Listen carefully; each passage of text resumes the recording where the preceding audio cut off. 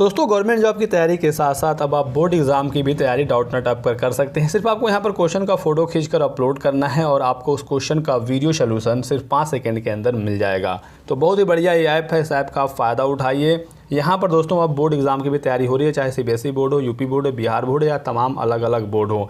Class 6 to 12 IIT JEE mains advance NEET level की तैयारी आप डाउटनेट ऐप से कर सकते हैं। फिजिक्स केमिस्ट्री मैथ्स बायोलॉजी के सभी सॉल्यूशन आपको इस ऐप में मिल जाएंगे। 9 to 12 के दोस्तों अब लाइव क्लासेस भी यहाँ पर शुरू हो गई हैं, वो भी हिंदी और इंग्लिश मीडियम दोनों में। तो डिस्क्रिप्शन बॉक्स में लिंक दिया गया है, क्लिक करके अभी कभी इंस्टॉल कर लीजिए।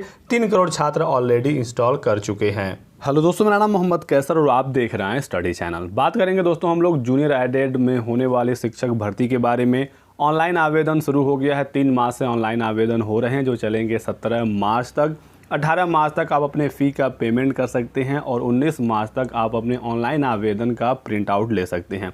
18 अप्रैल को परीक्षा की तिथि निर्धारित की गई है, लेकिन ऑनलाइन आवेदन से पहले बहुत सारे सवाल हैं। आपके बहुत सारे सवाल हैं, बहुत सारा कन्फ्यूज़न है और डाउट है। नोटिफिकेशन जो इसका जारी किया गया है उसमें बहुत सारी कमियां हैं, तमाम कन्फ्यूज़न बने हुए हैं। सच कहें तो कोई नोटिफिकेशन पीएनपी द्वारा जारी ही नहीं किया गया है। जो भी पुराने शासनादेश थे, जो गवर्नमेंट के ऑर्डर थे, उसी को वेबसाइट पर डाल दिया गया है और बहुत सारी चीज़ें बिल्कुल भी क्लियर नहीं हैं। मैं पिछले 5 सालों से वीडियो बना रहा हूं और नोटिफिकेशन और ऑनलाइन आवेदन आप लोगों के लिए मैं वीडियो इस पर प्रोवाइड करवा रहा हूं। और अगर बात करें तो मैं पिछले 10 सालों से अपने लेवल पे अलग अलग मैं फॉर्म भर रहा हूं, लेकिन इस तरह का जो नोटिफिकेशन वो पहली बार जारी हुआ है, जिसमें कुछ भी क्लियर नहीं है कि भर्ती किस तरह से होगी, कौन किस विषय से आवेदन करेगा, एक एक विषय के कितने पद हैं, कुछ भी नहीं बताया गया है। तो यहाँ पर कन्फ्यूज़न होना लाजमी है और आप लोगों के बहुत सारे सवाल हैं। मैं यहाँ पर कोशिश करूँगा कि आपके कुछ सवालों का जवाब दे सकूँ जो आप लोग लगातार पूछ रहे हैं। सबसे पहला सवाल योग्यता क्या है। तो योग्यता यहाँ पर बताया गया है कि डीएलएड अगर आपने किया है या बीएड किया है या फिर आपने बीडीसी किया है या 4 साल का बीएलएड किया है या फिर 4 वर्ष का बीए या बीएससी एजुकेशन किया है या 1 वर्ष का बीएड विशेष शिक्षा में, उसके साथ आपने सीटेट या यूपीटेट पास किया हो पेपर 2 जो 6 to 8 के लिए होता है। तो ये पूरा मुख्य योग्यता इसकी बताई गई है, लेकिन किस विषय की क्या योग्यता है ये कोई भी जानकारी नहीं दी गई है। तो कौन किस विषय से आवेदन करेगा अब ये आपके ऊपर है, आपको जहां मर्जी आप वहां पर आवेदन कर लीजिए, क्योंकि किसी भी नोटिफिकेशन में, किसी भी शासनादेश में अभी तक कुछ भी नहीं बताया गया है कि गणित विज्ञान के लिए कौन एलिजिबल है, हिंदी, साइंस, सामाजिक अध्ययन, कुछ भी नहीं बताया गया है। तो इसके बारे में कोई जानकारी नहीं है। तो आप इसके लिए क्या कर सकते हैं, 1 से 2 दिन तक वेट कर सकते हैं। हो सकता है कोई और नोटिस आ जाए, पीएनपी के द्वारा कुछ जानकारी दी जाए। फिलहाल की स्थिति में ये कंडीशन है कि आप जहां चाहें, जिस सब्जेक्ट से चाहें आवेदन कर सकते हैं, कोई टेंशन नहीं है। बात करें प्रधानाध्यापक पद के योग्यता की, तो सहायक अध्यापक की जो योग्यता है सेम वही योग्यता प्रधानाध्यापक के लिए भी है, बस इसमें 5 साल का टीचिंग एक्सपीरियंस जोड़ दिया गया है। तो बेसिक शिक्षा परिषद के मान्यता प्राप्त जूनियर हाई स्कूल अथवा उच्च बेसिक स्कूल में 5 वर्ष का अगर आपका टीचिंग एक्सपीरियंस है, अध्यापन का अनुभव है, तो आप प्रधानाध्यापक पद के लिए आवेदन कर सकते हैं। एक चीज़ का आपको ध्यान रखना है कि प्रधानाध्यापक पद के लिए भी टेट का पेपर 2 पास करना जरूरी होगा। तो बहुत सारे लोगों का ये भी सवाल था, तो ये यहाँ पर क्लियर है। एक बहुत बड़ा सवाल कि क्या ग्रेजुएशन में 50% अंक सबके लिए अनिवार्य होंगे, तो ऐसा नहीं है। 50% ग्रेजुएशन में जो अनिवार्यता है वो बीएड के ही साथ है। बीएड आपका 2 वर्षों वाला हो या फिर बीएड आपका 1 वर्ष वाला हो विशेष शिक्षा, यहाँ पर कम से कम 50% अंक मांगा गया है। ये क्वालिफिकेशन है जो वेबसाइट पर अवेलेबल है इस समय, आप चाहें तो जाकर देख सकते हैं।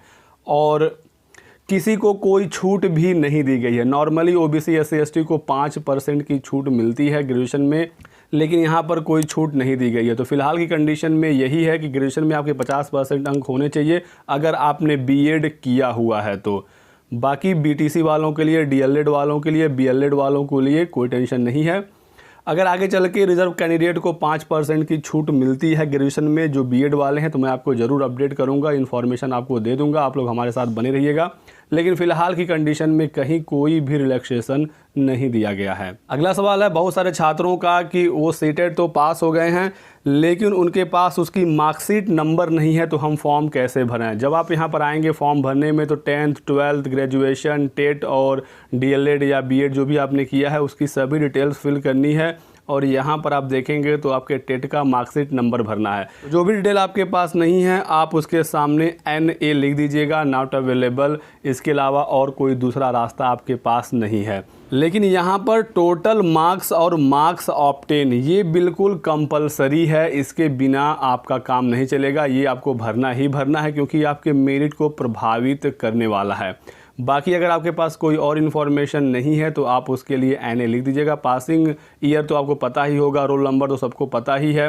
ये मार्कशीट नंबर में कुछ छात्रों का सवाल था, तो अगर आपके पास नहीं है तो आप वहाँ पर NA लिखकर अपने फॉर्म को आगे भर सकते हैं। एक और सवाल बहुत सारे छात्रों का है कि क्या यूपी के बाहर के छात्र यहाँ पर आवेदन कर सकते हैं, अदर स्टेट एलिजिबल हैं या नहीं हैं। तो ऑफिशियल नोटिफिकेशन में जो शासनादेश है इसके 3rd पॉइंट में लिखा गया है कि ऐसे अभ्यर्थी आवेदन हेतु पात्र होंगे जो भारत के नागरिक हों। तो यहाँ पर तो लिखा गया है कि भारत का कोई भी नागरिक आवेदन कर सकता है, लेकिन एक कंडीशन है, आवेदन की तिथि के पूर्व, यानी कि 3 मार्च से आवेदन शुरू हुआ है तो इसके पूर्व जो 5 साल है आप यूपी में रहे हों, आप यूपी के अस्थाई निवासी रहे हों और इसका आपके पास सर्टिफिकेट होना चाहिए। अगर आप रह रहे हो तो इससे कोई मतलब नहीं है, आपके पास उसका सर्टिफिकेट होना चाहिए, ये ज़रूरी है।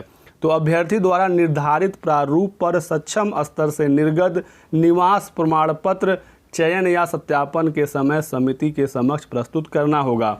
तो एक तरह से एलिजिबल तो हैं यूपी के बाहर के छात्र, लेकिन यूपी में 5 साल से लगातार आपके पास उसकी डोमिसाइल सर्टिफिकेट होना चाहिए। तो टेक्निकली तो यहाँ पर यूपी के बाहर वाले अभ्यर्थी तो आवेदन नहीं कर पाएंगे क्योंकि उनके पास यूपी का डोमिसाइल नहीं होगा। तो ये चीज़ आप यहाँ पर देख सकते हैं, यूपी के बाहर वाले छात्र यहाँ पर फॉर्म नहीं भर पाएंगे क्योंकि उनके पास डोमिसाइल यूपी का 5 वर्ष का नहीं होगा। कुछ छात्रों का सवाल आयु सीमा को लेकर है, तो 21 साल न्यूनतम, मैक्सिमम 40 साल सहायक अध्यापक के लिए, और OBC SC ST को अपर एज लिमिट में 5 साल की छूट मिलेगी तो इनके हो जाएगा 45 साल। प्रधान अध्यापक का न्यूनतम आयु सीमा 30 वर्ष है और अपर एज लिमिट कुछ भी नहीं दिया गया है। बात करें एग्जाम पैटर्न की तो 150 नंबरों का आपका पेपर होगा, 150 मिनट के लिए आपका समय होगा। 150 नंबर का जो आपका पेपर होगा ये 2 भाग में बटा होगा। सामान्य ज्ञान अनिवार्य है सबके लिए, 50 क्वेश्चन आएंगे 50 नंबर के।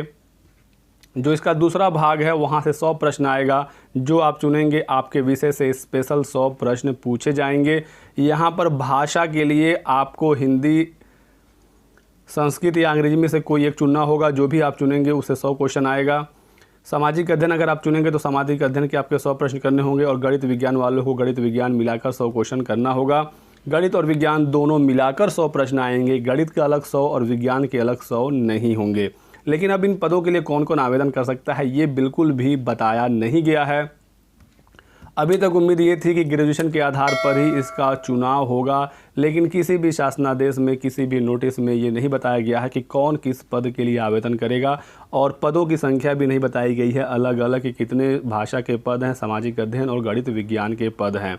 तो यहाँ पर आप थोड़ा सा वेट कर सकते हैं या फिर आप अपने टेट के आधार पर डिसाइड कर सकते हैं। अगर आपका टेट में साइंस और मैथ था तो आप साइंस मैथ के लिए आवेदन कर लीजिए, अगर आपका SST था तो सामाजिक अध्ययन के लिए आवेदन कर लीजिए। अब भाषा के लिए तो कन्फ्यूज़न बना हुआ है कि भाषा के लिए कौन आवेदन करेगा, क्या सब लोग भाषा के लिए आवेदन कर सकते हैं, अपनी इच्छा के आधार पर है। तो ये भी PNP को बता देना चाहिए था कि आप बिल्कुल स्वतंत्र हैं, आप जो चाहें वो ले सकते हैं, क्योंकि इस तरह से तो कन्फ्यूज़न बना हुआ है। यूपी टेट में तो हिंदी सबके लिए कंपलसरी होता है, तो ऐसे तो फिर सब कोई हिंदी ले लेगा। कोई बीटेक किया हुआ छात्र है और उसने सीटेट पेपर 2 या यूपी टेट पेपर 2 पास किया हुआ है, तो यूपी टेट में तो बीटेक वाले का भी हिंदी होगा, तो क्या बीटेक वाला हिंदी से अप्लाई कर सकता है, क्या बीटेक वाला हिंदी का शिक्षक बन सकता है? ये बड़ा सवाल है और इस सवाल का जवाब PNP को जल्द से जल्द देना चाहिए, क्योंकि बहुत सारा कन्फ्यूज़न यहाँ पर बना हुआ है। बाकी थोड़ा सा आप वेट कर लीजिए। अगर आपका BSc वगैरह है गणित विज्ञान से तो आप गणित विज्ञान से ही आवेदन करेंगे, कोई टेंशन लेने की ज़रूरत नहीं है। अगर आपका सामाजिक अध्ययन जैसे सब्जेक्ट हैं BA में, या फिर कॉमर्स वाले भी छात्र सामाजिक अध्ययन से आवेदन कर सकते हैं। सबसे बड़ा कन्फ्यूजन यहाँ पर भाषा के लिए ही है, तो थोड़ा सा वेट करिए। मैं पूरी कोशिश कर रहा हूँ आपके इस कन्फ्यूज़न को दूर करने का। फ़िलहाल नोटिफिकेशन में तो कुछ दिया ही नहीं गया है। बात करें पासिंग नंबर की, तो पासिंग नंबर डिसाइड कर दिया गया है 60% रिजर्व कैंडिडेट के लिए और 65% अनरिजर्व कैंडिडेट के लिए। तो 150 नंबरों का आपका पेपर होगा सहायक अध्यापक के लिए। तो सामान्य वर्ग के अभ्यर्थियों को 97 नंबर कम से कम लाना होगा, तभी ये पास होंगे, और जो OBC SC ST वाले छात्र होंगे उनको कम से कम 90 नंबर लाना होगा, तब ये पास माने जाएंगे। लेकिन जो प्रधानाध्यापक हैं उनका 2 पेपर होगा। पहला पेपर जो सहायक अध्यापक वाला है वो प्रधानाध्यापक को भी देना है, तो 150 नंबर ये, और एक पेपर इनका अलग से होगा शैक्षिक प्रबंधन वाला 50 नंबर का। तो प्रधानाध्यापक के लिए जो टोटल पूर्णांक है वो 200 का हो जाएगा। तो 200 का 65% 130 नंबर होगा सामान्य वर्ग के अभ्यर्थियों का पासिंग नंबर, और 60% 200 का होगा 120 नंबर लाना होगा ओबीसी SC ST के लिए। जो भी प्रधानाध्यापक पद के लिए आवेदन करते हैं तो वो इनका पासिंग नंबर होने वाला है। कोई भी नेगेटिव मार्किंग नहीं होगी, ये भी कहीं लिखा नहीं गया है पूरे शासनादेश में कि नेगेटिव मार्किंग है कि नहीं है, लेकिन मैं अपने तरफ से बता रहा हूँ कि नेगेटिव मार्किंग नहीं है, क्योंकि 69,000 की शिक्षक भर्ती में भी 60% और 65% ही पासिंग नंबर था, और वहाँ पर भी 150 नंबरों का ही पेपर हुआ था।